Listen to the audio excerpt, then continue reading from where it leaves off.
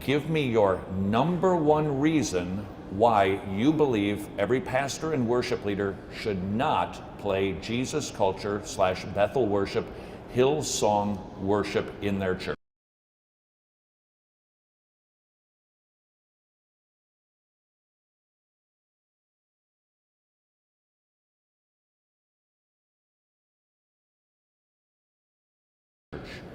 Yes, Todd, because this music comes from two false churches.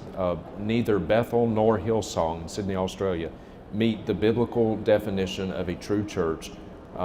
Brian Houston and Bill Johnson do not meet the biblical qualifications to be an elder or pastor. Now I'm going to let you make that case because some people would challenge you on that. But let me play advocate immediately. There have been a lot of good hymns written in the past by bad theologians, but we still sing them anyway. Why should this be any different? Well, for a couple of reasons. One, with those hymns to which you're referring, most of those hymns were written 100, 200, maybe even 300 years ago.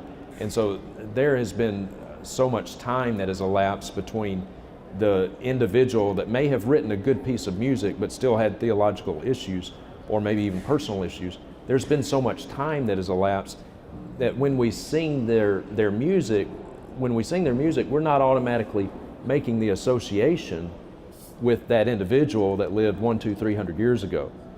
With Bethel and Hillsong, it's very, very different. That's very current. These churches, false churches, are constantly putting this music out, and they use their music as their primary tool of evangelism. Please do not run past that statement. Camp there for just a moment. The music is being used by them for what goal? To enlarge their own camp, to enlarge their reach, to enlarge their churches, to bring people into their false theological system. Because here's what happens, Todd.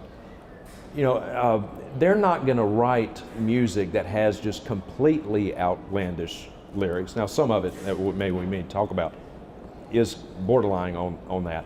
But a lot of their music, it's going to pass a basic doctrinal smell test. And that's intentional because they know if it doesn't, that most churches aren't going to put it in their services. And here's what happens. On Sunday morning, when churches put these lyrics up on the screen, and the unsuspecting person sitting out there in the pew, reading the lyrics, singing the lyrics, and then they see in the fine print at the bottom, copyright Bethel music, copyright Hillsong, and let's throw in elevation music with that as well, Stephen Furtick. So when they see the fine print, they think, oh, Bethel, oh, Hillsong, I think I'll check them out. They must be okay. We're singing their music. And so they use their music as a hook to pull unsuspecting people into their false theological system. And so the local church singing those songs give the local church's stamp of approval. The pastor is saying, it's okay, congregation, these songs are fine, and you can follow the people who produce them. Or they hear them on the radio, then they see them that we're singing them in church, and they go, they're fine. Right. Now, right now, Justin, people are going, come on, you're telling me that we sing a song by Bethel or Elevation or Hillsong, it's orthodox. You're telling me that people are going to see the fine print and then they're going to run off and start following their teaching? That's ridiculous, and you can't prove that. Oh, I think common sense proves it. I mean, that's why they do what they do. That's why they put their music out there. This, as I said, this is their primary tool of growing their church. It's not speculative. The numbers demonstrate this is the fastest growing movement in the world. As bad as it is here, as bad as the Word of Faith movement and the prosperity gospel is here, I can tell you, Todd, because I've been all over the world, it is far worse in other parts of the world, far worse in Central and South America and Africa. Africa is absolutely saturated. And so we do have proof that this is what is happening because of the explosive growth. And the number, as we watch our kids disappearing from good churches, they are regularly going into movements like this because of the ecstatic worship, the emotionalism, because they believe the music is okay, because evangelicals as a whole have put a stamp of approval on Bethel and Hillsong music, therefore putting a stamp of approval on the churches. Right. All right. One of the pastor's most solemn duties is to guard his flock against wolves. He must do that, and if he's not doing that, then he's failing in one of his All right, primary so now responsibilities. you've just made a very strong statement. You're saying that these churches are wolves. Make your case. Bethel comes, it is Word of Faith, New Apostolic Reformation. This movement, this health and wealth prosperity gospel, Word of Faith movement, it is rooted in the metaphysical cults like Christian Science, New Age, Gnosticism, and it has a very aberrant view of God, a very aberrant view of man, a very aberrant Christology. They teach that they teach the little gods doctrine, that we are all little gods, which has a whole lot more in common with Mormonism than it does anything else. They teach the little gods doctrine. They teach positive confession, that we can speak things into existence. That is an ability that only God has, but they ascribe that ability to humans, to Christians. They have a very aberrant view of Christ, his person and his work. They believe that Jesus completely divested himself of his deity when he was on earth. Completely divested himself of his deity.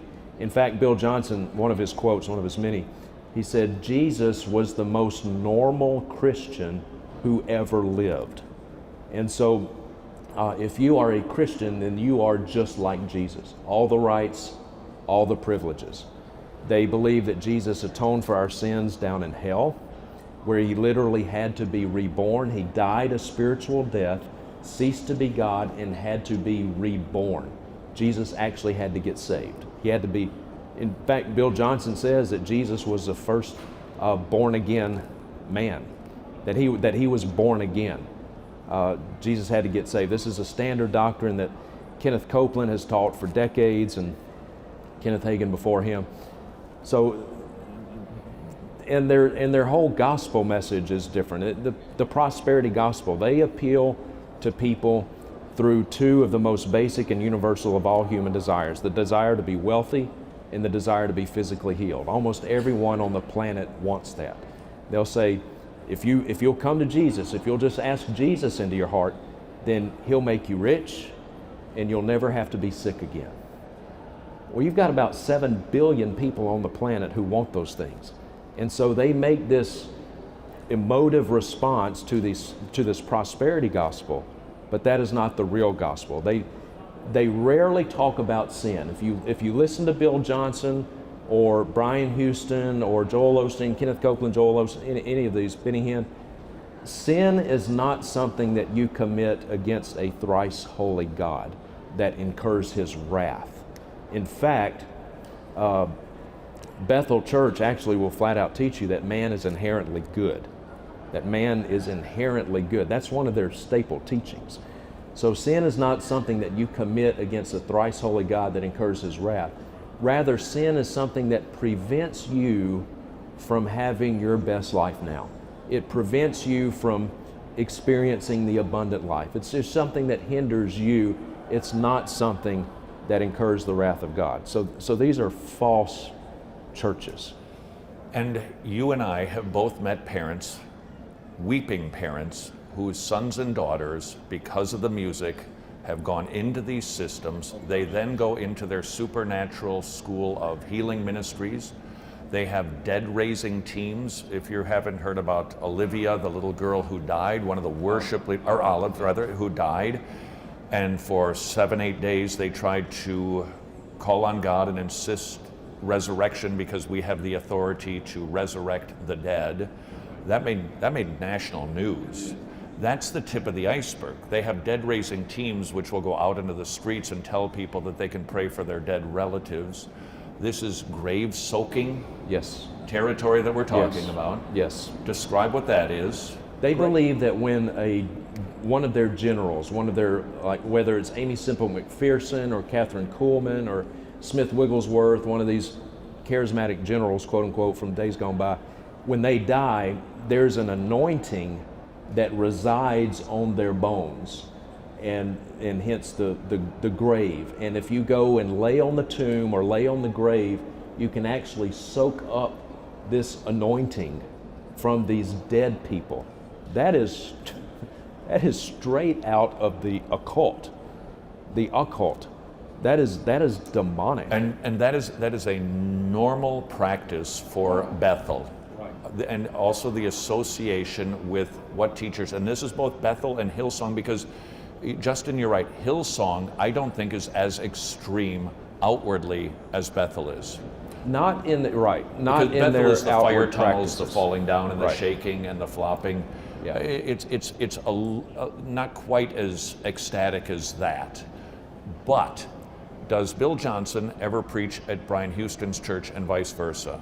Yes. Do any other false teachers preach in their pulpits? Yes. Hillsong has been the host to practically every well-known false teacher that soils the landscape of evangelicalism today. They endorse everyone. Bill Johnson has spoken there numerous times recently. Bill Johnson, you name it. They endorse Kenneth Copeland. They endorse Joel Osteen. They endorse Benny Hinn. All of them. Hillsong does, yes, okay. Absolutely. Some of their music passes muster. Is there any music that is being produced by Hillsong or Bethel that is not passing muster? Yes. You got any examples for us? I might. Yes, I do. All right, what have you got? This is from one of their songs entitled Closer.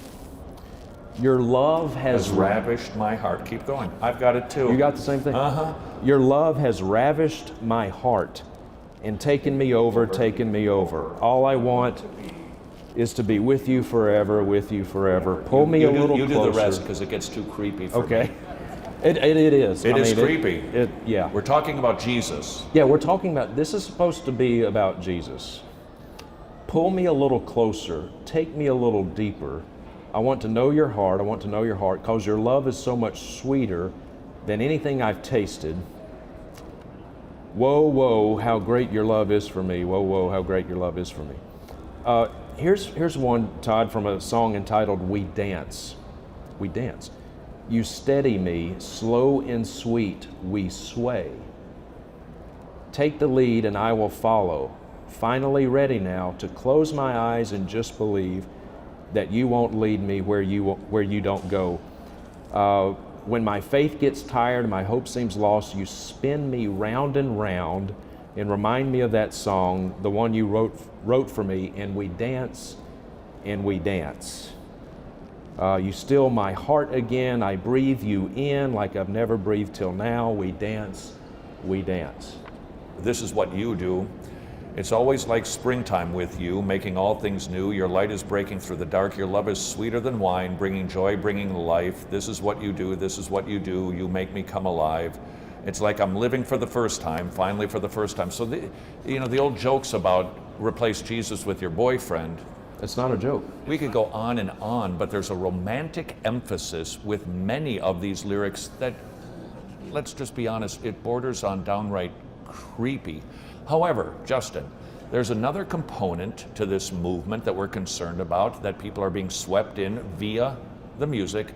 Talk about the money aspect of Bethel and Hillsong. I couldn't even put a dollar sign on it. Multiple tens of millions of dollars. Per year. Where else does the cash come from? Every time a church sings one of these songs, if they're being on the up and up, they're supposed to pay a royalty to the company or the person or the group that wrote the song. Christian Copyright Licensing International. Please know, when you sing these songs in your churches, there is money that goes into these false churches every single time you sing it. Now, if I may illustrate absurdity by being absurd a little bit, let's just say Planned Parenthood decides to write some Christian music that would pass a doctrinal smell test. Would you sing it in your church? Knowing that some money every time you sing that song is going to support an organization that murders babies, would you sing that song in your church? I would submit to you that singing Bethel and Hillsong, when you're sending money to those false churches, that's far worse. That's far worse. And every pastor who heard that potentially went, "You are out of your mind. You just compared Planned Parenthood to a church." You want to defend that? Bethel and Hillsong are false churches. These aren't real churches. Bethel and Hillsong are false churches. These aren't real churches. I've been in some good churches, and I've looked up and they're singing a Hillsong song, and it just makes me wince, and I won't sing it. Talk to the pastor afterwards. But when they sing that song, they're sending money to false churches that are opposed to Christ, opposed to the gospel, teaching a false gospel, leading people to hell. I take a back seat to no one in my pro-life stance. I'll take a back seat to no one in that. But if there's anything worse than murdering babies, it is sending people down the primrose path to hell. That's worse. Blaspheming God, that's worse. And so know that when you sing those songs, your money's going to support false churches that are opposed to Jesus Christ. Are these movements prosperity movements? Yes, they are, Todd. They are. Now, a lot of people don't necessarily associate prosperity gospel with Bethel or Hillsong. Well, Brian Houston, the pastor at Hillsong, has written a book entitled, quote, you can't make this up, "You Need More Money." That literally, was the name of one of his books. And I wouldn't disagree with that. But that's not the point. That's not, Right. that's not the point. Yes, Hillsong does teach this health and wealth prosperity gospel. Bethel does as well, and a lot of people don't realize this. But just in the last few weeks, I've watched some of their services live streaming. I want to read to you, Todd. This is their declaration. They read this right before the offering is taken. He began by saying, "Nothing happens in the kingdom until we first declare something." This is the positive confession doctrine. You speak things into existence. Word faith. And not to chase a rabbit here, but the little girl Olive who died. When you watch videos of that, they weren't asking God to raise her. They were commanding Olive to come up out of the grave. This is bad juju. But anyway, they say this, quote, "As we receive today's offering, we are believing the Lord for jobs and better jobs, raises and bonuses, benefits, sales and commissions, favorable settlements, estates and inheritances, interest and income, rebates and returns, checks in the mail, gifts and surprises, finding money, debts paid off, expenses decrease, blessing and increase." They had the whole church, the whole church recites this right before they take the offering. Objection. You're just being too critical. We're just singing songs. Lighten up. Psalm 138, verse 2, "God holds His name and His word above all things." Worship is very, very serious business. It is not something to take lightly. It's not something to trifle with. God holds His name and His word above all things. He must be worshiped in spirit and in truth. John chapter 4. And dear friends, when we worship, and that term is, everybody thinks of music when we think of worship. Preaching is worship. But when we worship, when we do the musical aspect of worship, we have an audience of one. We have got one person that we've got to please, and that is God. And He takes worship very seriously. He is thrice holy, and I can assure you, God is not honored by quote-unquote worship that comes out of false churches that blaspheme His name every single time they gather. He is not honored by music that comes out of false churches that exploit the poor, the sick, the desperate, the widows, who preach a false Jesus, a false atonement, and a false gospel. God is not honored when we sing music that comes out of that. All right. Justin, in closing, please speak to a pastor, to the worship leader who has a similar responsibility to protect the flock. Please do your best to encourage them to consider the responsibility and the accountability to the Lord that they have to be guarding the sheep from wolves. Yes. And I understand that a lot of pastors probably don't understand all the ins and outs of Bethel and Hillsong. But as a pastor, brother, one of your most solemn duties is to protect your flock from the wolves. There are wolves, and how do wolves dress? In sheep's clothing. Satan disguises himself as an angel of light. We must teach sound doctrine and refute those who contradict. We've got to protect the sheep from the wolves that are prowling about and want to devour them. And Bethel and Hillsong, these are false churches, and they are dens of wolves, and they are out there trying to prey upon your sheep. So guard your sheep. Love them enough to guard them. And the most loving thing we can do for someone is to tell them the truth. That is the most loving thing to do. The most hateful thing we could do to someone is to know the truth but not tell them. If you really want to hate somebody, do that. If you want to show love, love them enough to tell them the truth. Love them enough to protect them from those wolves that would devour them.